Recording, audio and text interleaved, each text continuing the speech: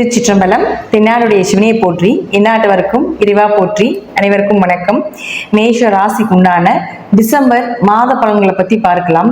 December மாதத்துல என்னென்ன கிரகங்கள் மாறுறாங்க அப்படிங்கறத முழுமையா இந்த பதிவுல நம்ம பார்க்கலாம். அதற்கு முன்னாடி நம்மளுடைய சேனலை சப்ஸ்கிரைப் பண்ணிக்கோங்க. பெல் பட்டன்ல ஆல் அப்படின்னு சொல்லக்கூடிய பட்டனை கிளிக் பண்ணிக்கோங்க. அப்பதான் நம்ம போடக்கூடிய அனைத்து பதிவுகளுமே உங்களுக்கு உடனுக்குடன் வந்துகிட்டே இருக்கும். மேஷ ராசியை பொறுத்த வரைக்கும் பார்த்துட்டீங்கன்னா, உங்களுக்கு இந்த டிசம்பர் மாதத்துல குரு நல்லா இருக்கிறார். அது ஒரு பெரிய பிளஸ் பாயிண்ட். ஏன்னா வக்ரமாக இருந்தாலும் கூட உங்க ஜாதகத்துல வக்ரகதி அடைந்தால் மட்டும்தான் நல்ல பலன் அப்படிங்கிற அமைப்பு உண்டு. வக்ரம் இல்லை அப்படின்னா கொஞ்சம் பொறுமையா ஹேண்டில் பண்ணி போங்க அப்படிங்கறத எடுத்துக்கோங்க. வக்ரமா இருந்தனா கொஞ்சம் பூர்வீக சொத்து, வெளிநாடு, வெளியூர் பயணங்கள் இதெல்லாமே கொஞ்சம் செய்யும் பொழுது நல்ல யோகத்தை நிச்சயமாக ஏற்படுத்தி கொடுக்கும். உங்க ஜாதகத்துல பாருங்க, வி வா அல்லது ஆர் அப்படின்னு போட்டிருந்தாலும் வக்ரம் தான் அர்த்தம். ஏன்னா ரிவர்ஸ்ல வரார் அப்படிங்கிறது தான். ஆனா அதே இடத்துல இருக்கின்றதுனால நம்ம எதிர்பார்த்த அளவுக்கு இந்த வக்ரம் அப்படிங்கிறது உங்க ஜாதகத்துல இருந்து விட்டால் மிகப்பெரிய ராஜயோகம் இந்த மேஷ ராசிக்கு உண்டு. அடுத்தது பாருங்க, உங்களுடைய ராசி அதிபதி செவ்வாய். இந்த செவ்வாய் பாருங்க, ஃபர்ஸ்ட் எப்பவுமே ராசி அதிபதியும் அல்லது லக்னாதிபதியும் கெடவே கூடாது. இப்போ உங்க ராசி அதிபதி யாரு? செவ்வாய் தானே. அந்த செவ்வாய் நீசமானார். அப்போ டிசம்பர் மாதம் 6ஆம் தேதி வரைக்கும் வலு இல்லாம இருக்கார் அர்த்தம். நீசம்னா அவருக்கு வலு கிடையாது, பலம் இல்லை, அவரால் எதிர்த்து போராட முடியாது, உங்களுக்கு மதிப்புகள் இல்லை அப்படிங்கிறது தான் அந்த இடத்தினுடைய அமைப்பு. எப்பொழுதுமே ஒரு நீச கிரகம் வக்ரமானால் உச்ச பலனை கொடுக்கும் அப்படிங்கிற விதி உண்டு. அப்போ செவ்வாய் இதே இடத்துலதான் இருக்க போறார். இந்த மாசமும் இதே இடத்துல இருந்துதான் நீசம் பெற போகிறார். ஆனால் வக்ரமாகிறார் 6ஆம் தேதிக்கு மேல. பொதுவா 6ஆம் தேதிக்கு மேல வக்ரமானால் உங்களுடைய ராசி அதிபதியானவர் உச்ச பலத்தை பெறுகின்றார். அப்ப எந்த விஷயம் நீங்க செய்யறதாக இருந்தாலும் 6ஆம் தேதிக்கு மேல செயல்படுத்துங்க. அப்பதான் உங்களுக்கு அந்த விஷயம் நல்லதாக வரும். அது மட்டும் இல்லாம வக்ரமான கிரகங்கள் நீசம் பெற்று உச்சம் பலம் பெறும்போது தசாபுத்தியும் கொஞ்சம் நல்லபடியாக இருந்தால் இந்த மாதம் உங்களுக்கு நல்ல ஒரு பண வருமானம், மதிப்பு, மரியாதை, ஒரு ப்ரமோஷன் கிடைக்கிறது, ஒரு இடமாற்றம் செய்யக்கூடிய ஒரு அமைப்பு, தொழில சின்ன சின்ன வளர்ச்சிகள் கொடுக்கிறது, இதெல்லாமே இருக்கும் அப்படிங்கிறது முற்றிலும் உண்மை. ஏன்னா உங்களுக்கு செவ்வாய் நேரா உங்களுடைய 10ஆம் வீட்டை பார்க்கும். அப்ப நேரடியாக செவ்வாய் 10ஆம் வீட்டை பார்க்கும் பொழுது நீசமாய் பார்த்துட்டு இருக்கும் பொழுது கொஞ்சம் உங்களுக்கு பண ரீதியாக, தொழில் ரீதியாக பிரச்சனை கொடுத்தாலும் கூட வக்ரம் பெற்று உச்சமாகி பார்க்கும்போது தொழில் ஒரு வளர்ச்சியை நிச்சயமாக கொடுத்துட்டு தான் போகும். அடுத்தது பாருங்க சுக்கிரன். இந்த சுக்கிரன் தான் உங்களுடைய கலத்திரம், அதாவது திருமணம், உங்களுடைய பொருளாதாரம், உங்களுடைய பணம், பண வரவு, இந்த மாதம் இருக்கக்கூடிய சந்தோஷங்கள், குடும்ப தேவைகள், இது எல்லாமே பூர்த்தி செய்யக்கூடியது உங்க ஜாதகத்துல சுக்கிரன் தான். இப்ப இந்த சுக்கிரன் பாருங்க, இப்போ மகர வீட்டுல இருக்கு. மகரம் ஒரு பொருளாதார வீடு. மகரத்துல எந்த கிரகம் இருந்து தசை நடத்தினாலும் புத்தி நடத்தினாலும் அல்லது அங்க எந்த கிரகம் இருந்தாலும் நமக்கு காசு பணத்தை அள்ளி கொடுக்கும். அல்லது அதனுடைய காரகத்துவங்கள் நமக்கு பல மடங்கான வெற்றிகளையும் கொடுக்கும் அப்படிங்கிறது உண்மை. இப்போ உங்களுக்கு காசு, பணம், சொத்து இதெல்லாமே கொடுக்கறது யாருன்னா சுக்கிரன் தான். இந்த சுக்கிரன் போய் மகர வீட்டுல 10ஆம் இடத்தில் இருக்குது. அப்ப 10ல் இருக்கும்போது 2 குடையவர் 10க்கு 10ல் இருந்தால் நிச்சயமாக தொழில் வளர்ச்சி உண்டு, பேச்சால உங்களுக்கு பண வருவாய் உண்டு. அதே போல 2-10 தொடர்பு ஏற்பட்டால் குடும்ப தேவைகளை பூர்த்தி செய்வீங்க. அல்லது ஒரு தொழிலுக்காக ஒரு இடமாற்றம் பண்ண வேண்டிய ஒரு சூழ்நிலைகளோ அல்லது தொழில இன்னொரு கிளைகள், இன்னொரு பிரான்ச் அப்படின்னா நம்ம சொல்லுவோம் இல்லைங்களா, அதெல்லாமே ஏற்படுத்துறதுக்கு உண்டான வாய்ப்புகளோ, ஒரு பதவியோ, புகழோ, அல்லது தொழிலுக்காக வெளிநாடு, வெளியூர் போக வேண்டிய ஒரு சூழ்நிலைகள் கூட வர்றதுக்கு உண்டான வாய்ப்பை நிச்சயமாக இந்த சுக்கிரன் ஏற்படுத்தி கொடுப்பார். அது மட்டும் இல்லாம 7 குடையர் 10ல் போகும் பொழுது உங்களுடைய கணவராக இருந்தாலும் சரி, உங்க மனைவியாக இருந்தாலும் சரி, சொந்த தொழில் பண்ணிட்டு இருந்தாலும் சரி, சொந்த தொழில் பண்ணாம இருந்தாலும் சரி, சொந்த தொழில் பண்றதுக்கு உண்டான வாய்ப்புகளை ஏற்படுத்தி கொடுப்பார். சொந்த தொழில் பண்ணிட்டு இருந்தீங்கன்னா அதுல ஒரு நல்ல வளர்ச்சி ஏற்படுத்தி கொடுப்பார். 7-10 தொடர்பு ஏற்படும் பொழுது இப்போ இந்த திருமணம் எல்லாம் பாத்தீங்கன்னு வச்சுக்கோங்களேன், நல்ல ஒரு வசதி வாய்ப்புள்ள குடும்பமாகவோ அல்லது நல்ல வேலையில் இருக்கக்கூடியவர்களோ அல்லது சொந்த தொழில நல்ல பதவியில் இருக்கக்கூடிய வரன்கள் எல்லாமே வரும் அப்படிங்கிற அமைப்பு உண்டு.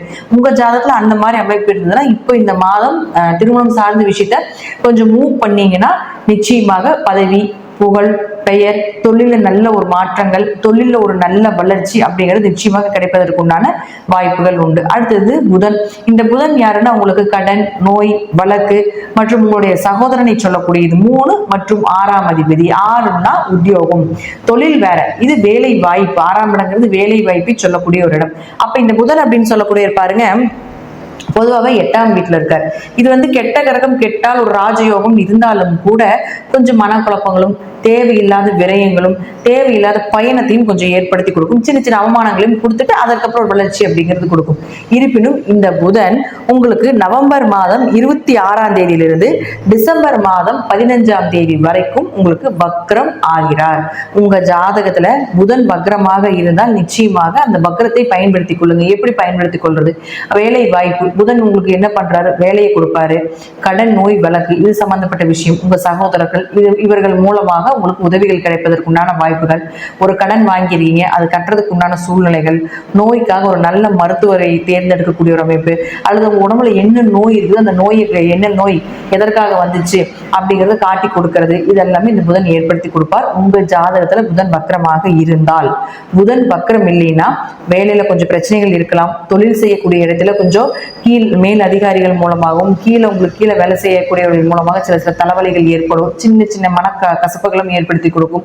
அதனால கொஞ்சம் புதன் உங்க ஜாதகத்துல வக்ரம் இல்லை அப்படின்னா உங்க கூட பிறந்தவங்களோட சண்டை சச்சரவு, மன விரக்தி, கொஞ்சம் தைரியம் குறையுது. 3ஆம் இடங்கிறது தைரியம் சொல்லுவோம். கொஞ்சம் தைரியம் குறையிறது இதெல்லாமே ஏற்படுத்தி கொடுப்பார். சோ புதன் உங்க ஜாதகத்துல வக்ரமா இருக்குதான்னு பாருங்க. ஏன்னா இந்த மாதம் 3 கிரகம் வக்ரமா இருக்கு.